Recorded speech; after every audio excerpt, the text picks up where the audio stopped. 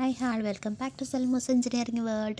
Pivot table, H lookup, V lookup ഒക്കെ നമ്മൾ പഠിച്ചു. Pivot table പറയുന്നത് എന്തിനാണ്?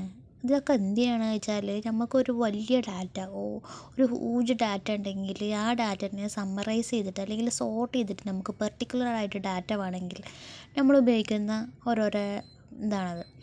സോ നമുക്ക് ഫോർമുലാസൊക്കെ നമുക്കറിയാം, എച്ച് ലുക്കപ്പും വി ലുക്കപ്പും പിവോ ടേബിളും.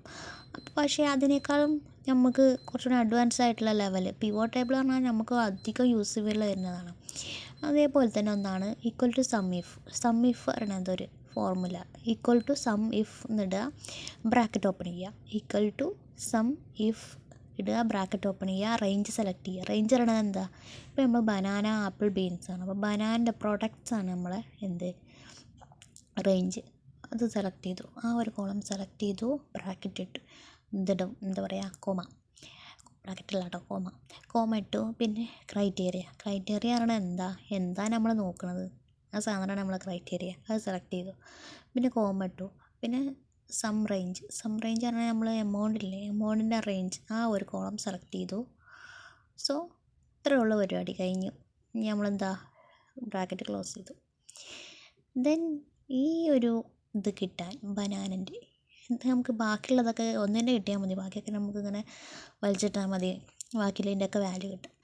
പിവോ ടേബിൾ പറയുമ്പോൾ നമ്മൾ ക്രിയേറ്റ് ചെയ്യുന്ന ഒരു ടേബിളല്ല, അത് ഓട്ടോമാറ്റിക്കലി ക്രിയേറ്റഡ് ആണ്. എന്നാൽ ഈ ഒരു സമ്മിഫ് ഇത് പറഞ്ഞാൽ നമ്മൾ ഓട്ടോമാറ്റിക്കലി ഞാനിപ്പോൾ ക്രിയേറ്റ് ചെയ്യുക ചെയ്തത്, ഇങ്ങനെ ഒരു ടേബിളായിട്ടല്ല, ജസ്റ്റ് ആ ഒരു എടുത്തത് ക്രൈറ്റീരിയ, പ്രൊഡക്റ്റിൻ്റെ റേഞ്ച്, പ്രൊഡക്റ്റ് ഏതാണെന്ന് വെച്ചാൽ ആ പ്രൊഡക്റ്റിൻ്റെ ഇത് ഇട്ട് കൊടുക്കുക ചെയ്തത്. പിന്നെ നമുക്ക് ടോട്ടലി നമുക്കൊരു കോളാക്കിയിട്ടൊക്കെ നമുക്ക് തിരിക്കുകയൊക്കെ ചെയ്യാം. ഞാൻ ഇപ്പോൾ പെട്ടെന്ന് ഇട്ട് കൊടുക്കുക ചെയ്തത്.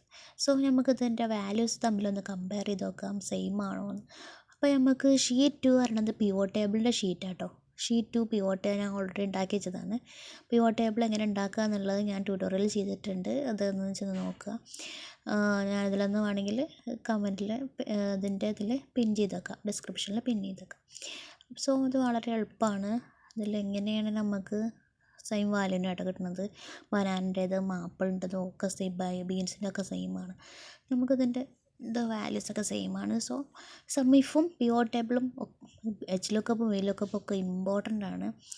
നന്നായിട്ട് നമുക്ക് മനസ്സിലാക്കിയിട്ട് തന്നെ ചെയ്തിട്ട് പോവാം, കാണാപ്പാടെ പഠിക്കാതെ മനസ്സിലാക്കി പോവാം. Thank you for watching.